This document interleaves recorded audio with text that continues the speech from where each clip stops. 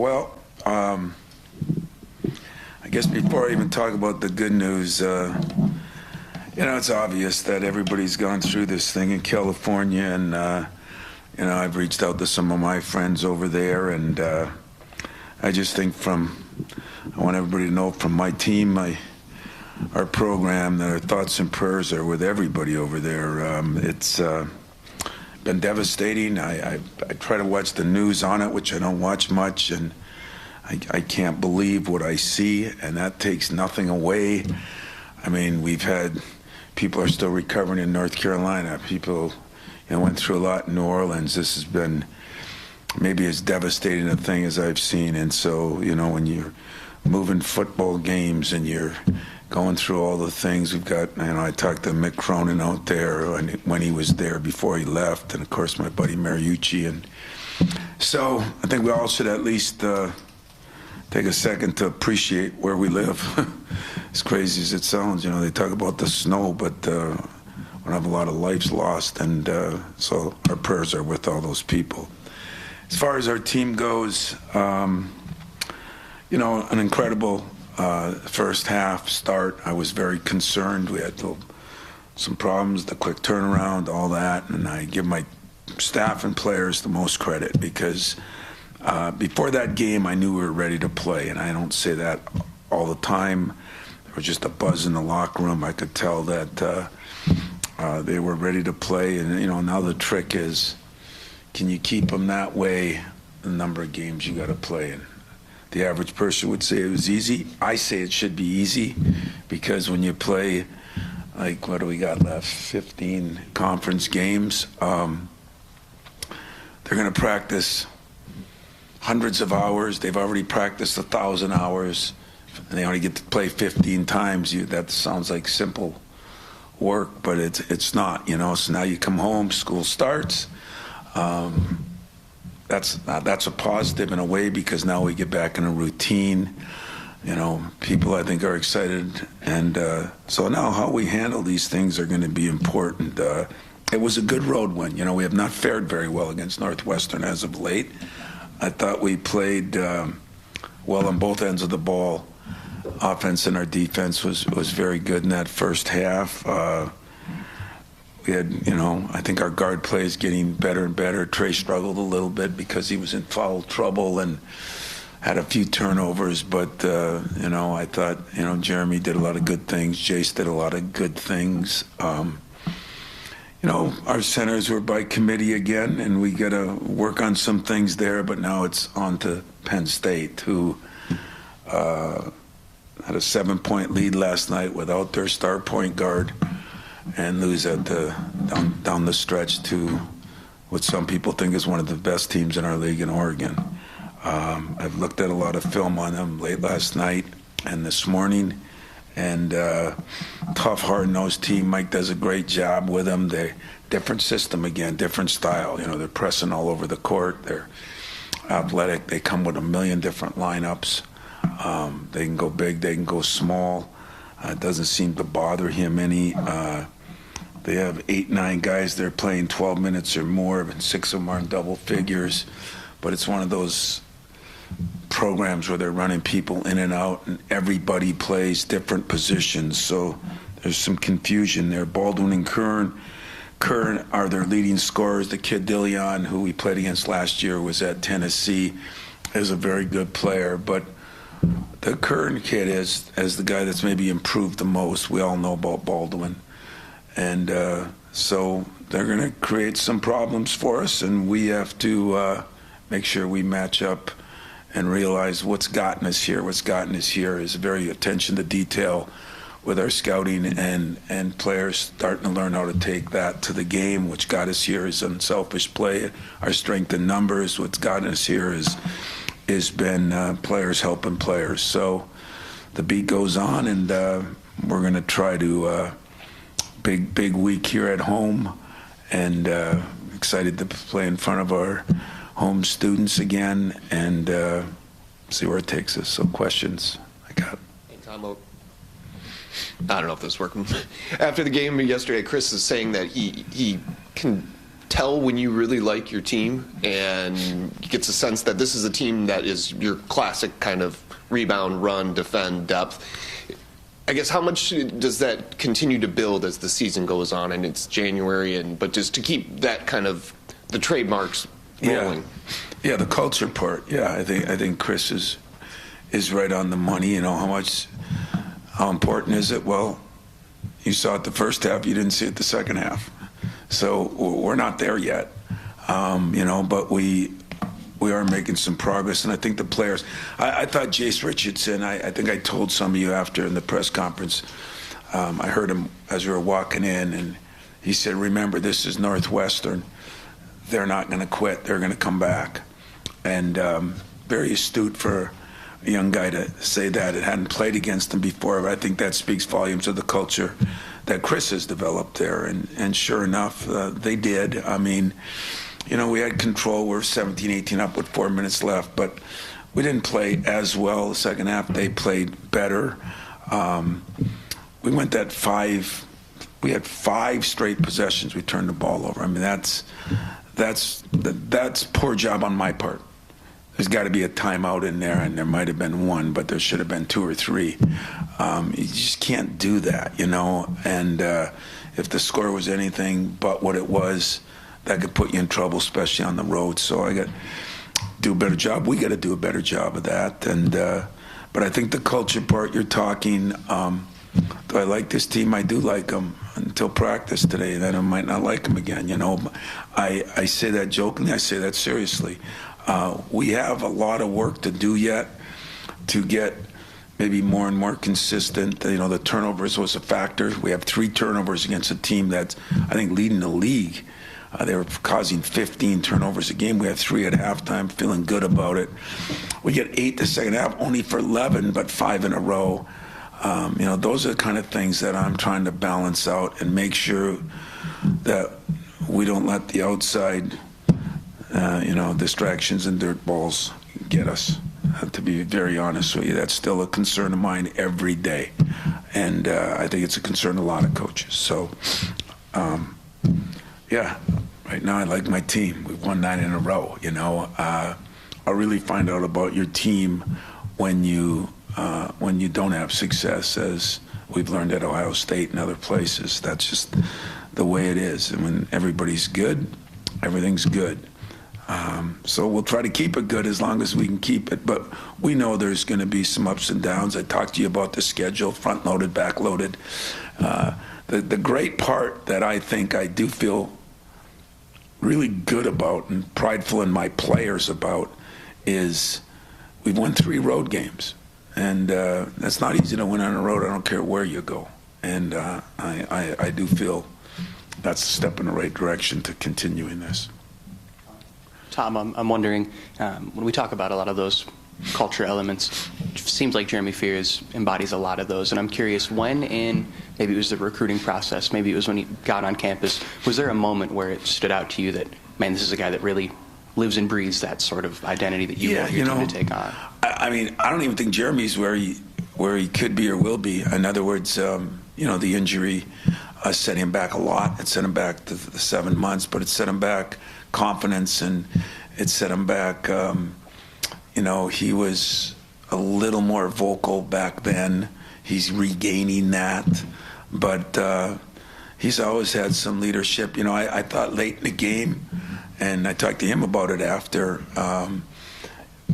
we still got to keep the ball moving. I thought it got monopolized a little bit, and you know, we're all trying to figure out how to do things. You know, even with Trey, I mean, those 3 guys have played well together too, and 4 guys with Jaden. But you know, moving the ball is going to be important. And Jace actually does the best job at that ball always moving, you know. But Jeremy, what he's doing is he's locking up on one end too, you know. Once in a while, loses vision and we get backdoor to that, but I think he likes taking a challenge. Trey wants to take a challenge. Jace, last couple games, I mean, there's been a couple kids that he played against AU. I mean, I just love the way they want to take up a challenge. But Jeremy right now is doing a good job of that. We're going to get him continue to distribute that thing. He had 8 assists, 1 turnover, and he should be a guy that gets double-digit assists if we keep it moving. Tom, so halfway through Jace's freshman year, you throw in the preseason. This is now probably longer than any season he's ever been a part of.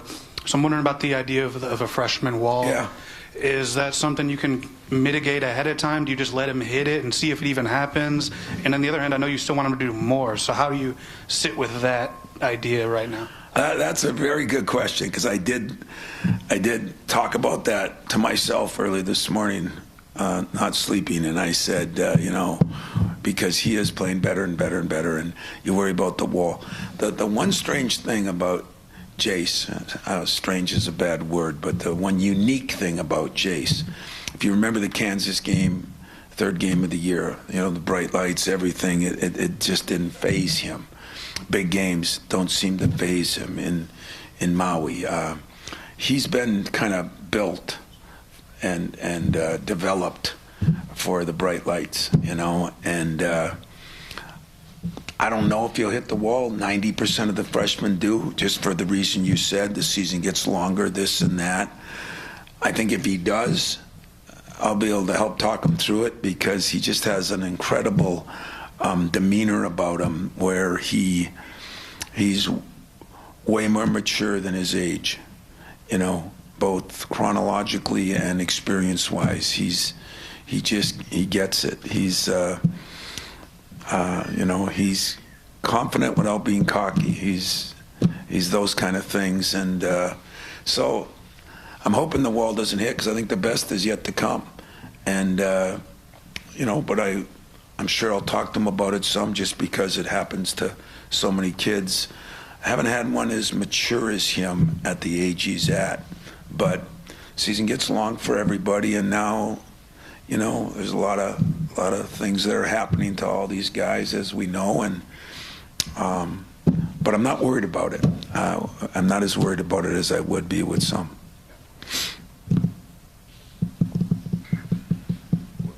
Let me ask you about Jackson had 5 assists, I think, in this last game, and the interior to interior passing, something that, since I've been covering you really haven't had like this. And how, at one point, talking to Zapala, he said that you guys have tried to incorporate that more. When did you know you had that as an option, and how much more have you tried to incorporate that in the offense?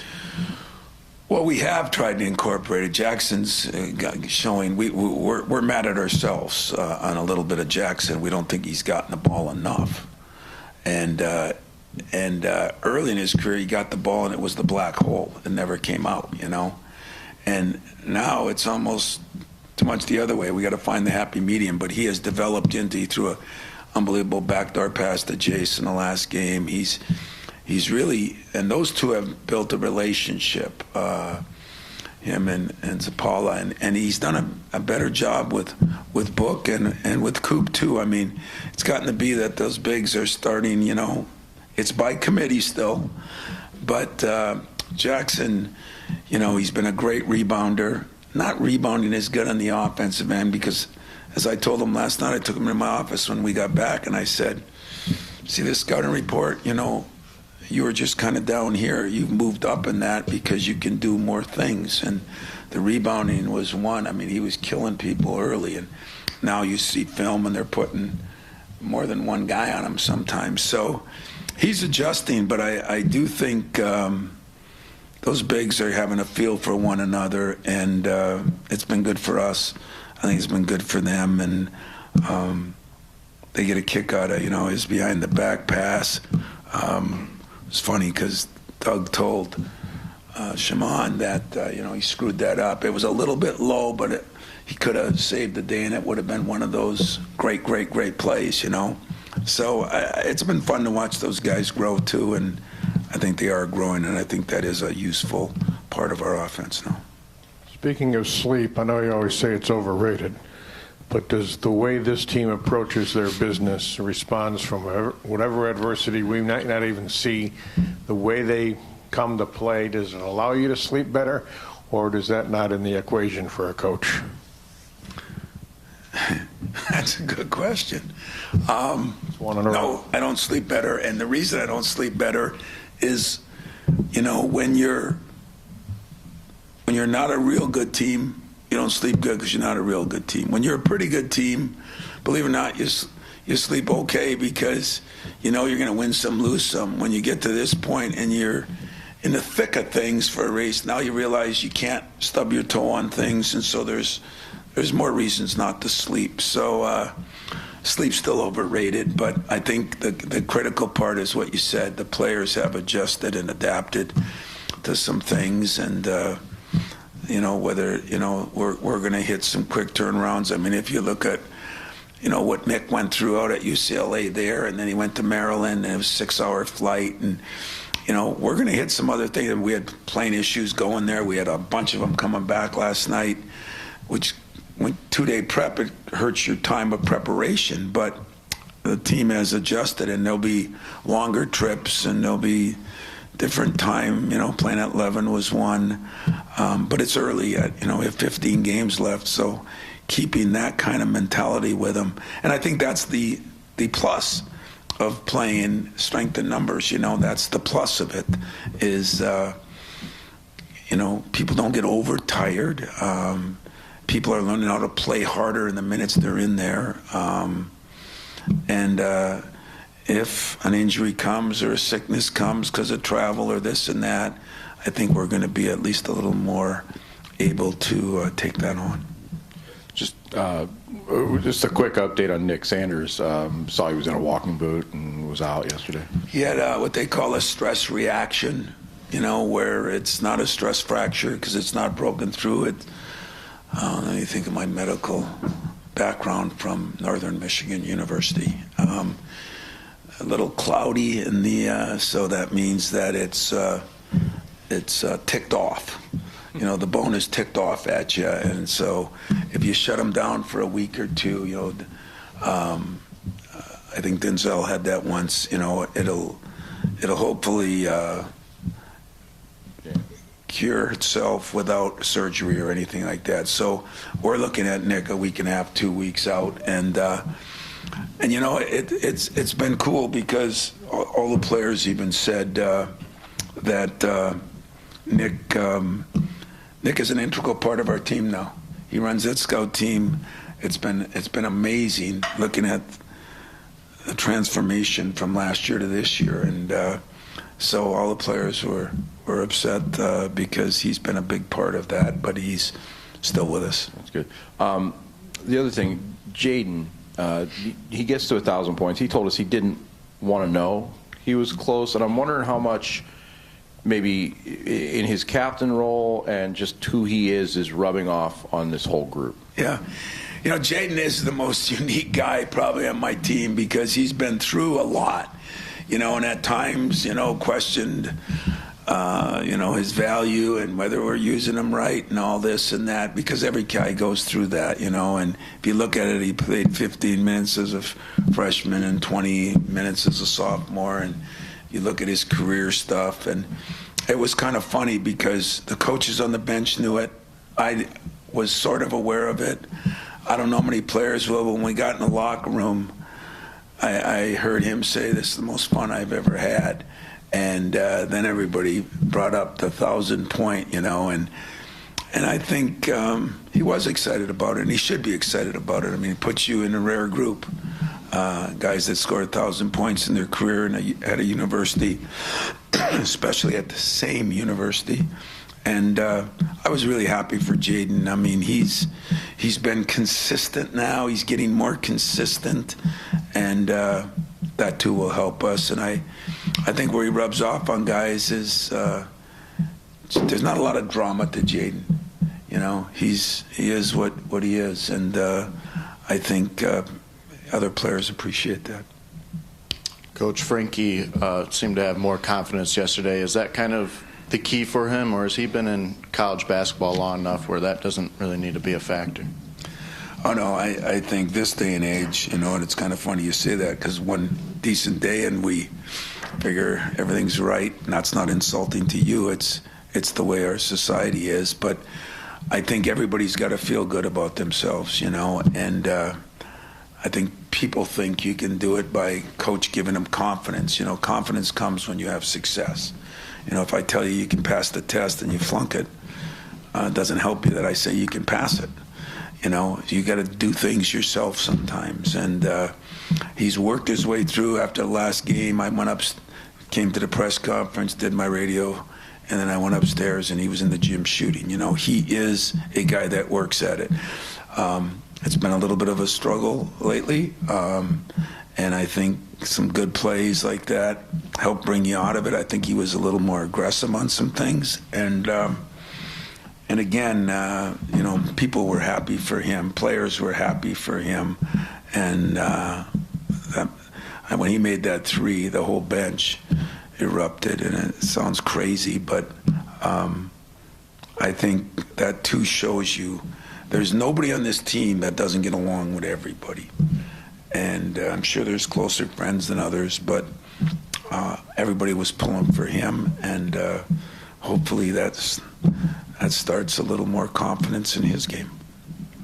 Tom, when you mentioned Jaden having fun early in the season, it seemed like he was kind of stressed out, and you had met with him about that. And fun is a whole different echelon from that. And I'm curious, have you seen him maybe now start to embrace that role, being that number one guy, that leader? Like, yeah. Is it finally he's broken through that? Yeah, I think that's true. And I think when you start out the year, your senior year, I was talking to Chris about a couple of his guys, and there's a lot of pressure on these kids for a lot of reasons. Some are we put on them, some you put on them, some they put on them.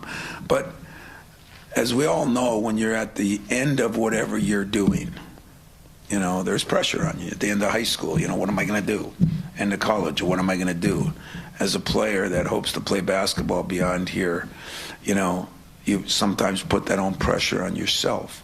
And I think now he's just playing, and let his play take care of it, not worry about every single thing of every day. And you know, we did talk about it, and I think he's done a good job. You know, one thing he's done a better job of, he's been better defensively. So I think it takes his mind off, and he just seems free flowing on the other stuff. So at least for right now, 5 games in to the Big Ten season, he's been pretty consistent in how he's played, and I'm happy for him. And getting 1,000 points, I don't want to minimize it, because it is, at the same school, it is a pretty neat accomplishment. Yeah, Tom, Jace took a 3 yesterday in the second half. It was a good shot. It seemed like frustration when he missed it. He went in, he got a quick foul, you grabbed him. What was that discussion like, as we think that he's never going to make a mental mistake? Yeah, you know, I just love the way he is aggressive. He's very intelligent, and so he doesn't make many. And I just said, number one, why were you down about the missed 3? You know, Michael, the main guy, missed a couple. LeBron misses a couple, and then I just said, you know, we talked about the fouling, and I don't even have to say nothing to him, and he knows.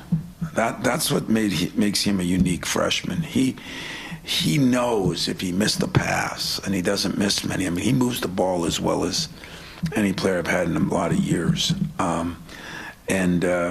So it was a kind of a laughing moment. Like, he knew before I even said anything to him, and I wanted to make sure he doesn't get down on himself for missing a shot, because I guess that's what perfectionists do, you know. And we have some guys that get down about a missed shot, and they shouldn't. But then we have some guys that never get down about a missed shot, and they should. So it's a combination of both. But he is on the spectrum that he knows what he's doing, and he knows when he's done something well. In fact, a couple times in practice the day before, he made some unbelievable plays, and I said, "You're not going to get excited about it?" And he says, "Well, Coach, that's what I do." I said, "Well, then get excited for me and the other players, because I was excited about it." And he laughed. And, you know, it's just part of us learning him learning us, and him growing. But he's pretty sharp on when he knows when if he makes a few mistakes, which there aren't many, he knows what he does. One more thing, Tom. What's your best game this year? Not in terms of the quad and the net, but the way you want to play. Wow. I mean, the first half of this game was pretty good, but, they did a good job or we did a poor job of, we didn't fast break very good, and I want to do that better. Best game, the Nebraska game here, because I thought it was against a quality team that was tough. What I liked about the first half there, we took care of the ball, things that are negatives for us at times. The Carolina game, we played pretty well. I don't know. I know some of the worst games, we didn't play very well at all against Kansas, I thought. Disappointed in that. But I don't know. That's too deep of a question for me to answer just walking after not much sleep and working on Penn State. I'll think about that and give you a better answer later. Tom, I'm wondering how much of what this team is and has become to you can be attributed to like a sense that there's always a lot of internal competition when you have this depth and these numbers. There's sort of always a guy behind you. There's guys that probably want to do more. Even going back to that first press conference, you talked about not a lot of separation, a lot of guys fighting for what they're going to be. And now that we're at this stage, is that internal competition? You're not necessarily antagonistic or anything, but just sort of a healthy internal push-pull. Is that created? That's the problem, as I've talked to a lot of coaches over the years, from Mike at Duke to John Calipari at Kentucky, that have had maybe more superstars and this and that. Competition is always good, but it is not always smooth. I think, we've tried to do a good job as a staff and doing a lot of things together. I think the players have done an unbelievable job of I mean, there's times when things go a little haywire, but I'll tell you, in general, I never seen more guys pulling for one another. Now, you win 9 in a row, easy to do that. So that's why I'm not cautiously optimistic. I'm confidently optimistic in what we can do moving forward, but I also, know that we have to make sure we keep doing what we're doing. Don't deviate from that, because there are going to be some tough times. I mean, we can laugh, we can cry. Everybody likes somebody different. I got Michigan guys in here, I got Michigan State guys in here, I got nobody's in here, meaning you're not from either school.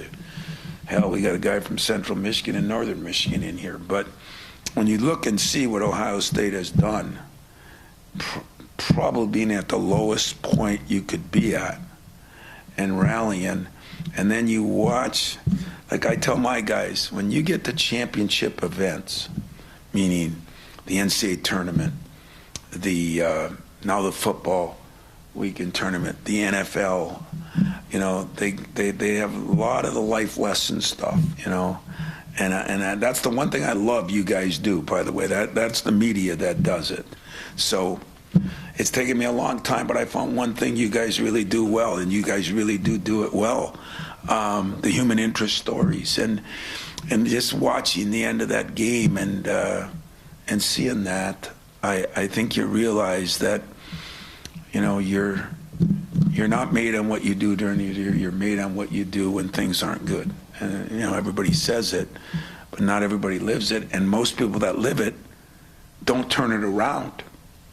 So I say to my guys, watch it, because it's a good lesson for us, and I believe in that. That's why I love other sports, and love to see how people handle other things. And so right now, we're doing a good job, because what got us here has been something that I said has been a little different, a little special. What will keep us here is whether that keeps growing as we keep growing. And that's not as easy to do as you think, because there's so many people telling so many people different things, should be scoring more, should be doing this more, should be doing that more, should have more touchdowns, should have more passes. It's just different. It's a different world. And so I do spend a lot of time each day trying to keep us focused on what our mission is, what our task is, and what their mission is. So that, I think I've adjusted in my coaching career, that I do care about each and every one of their personal goals. I think it's very important to have them, and I think if they reach them, we're probably going to have a better team if I can manage that. And that's what we've done so far, halfway through the year. You heard me now, halfway through the year. If I could snap my fingers and the year ended today and we're moving on into the tournament, I'd do it. You know, that'd be great. But there is another half a year to go, and I'm cognizant of that. And hopefully we'll continue to do what we're doing. Anything else, guys? Yep.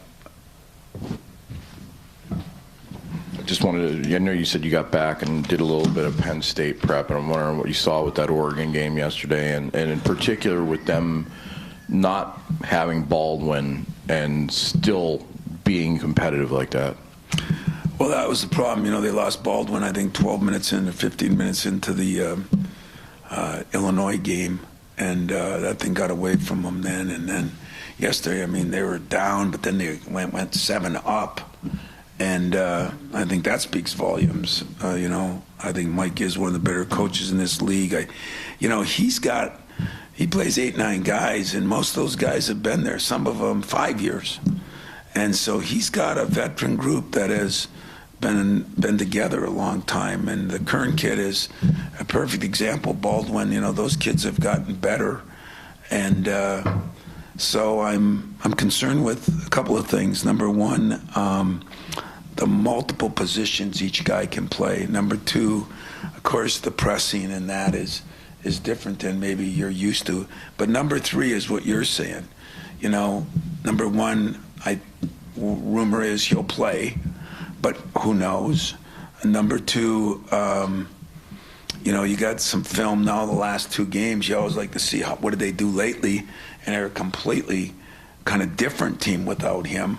The pressure he puts on you defensively, there's a reason he was a Defensive Player of the Year, is different. And then trying to simulate that to your players is even more different. So, yeah, it's concerning. But, you know, this is the time of year you're starting to see some injuries. And guys have, you know, this is happening. Illinois has had a major setback for a couple of games. I think he'll be back this week. I don't know that. But, and then, of course, Baldwin, you're talking 2 of the better guards in our league have been out for each team. And we have to prepare for both. And but it is what it is. That's the way it's going to be. Anything else? Appreciate it, guys.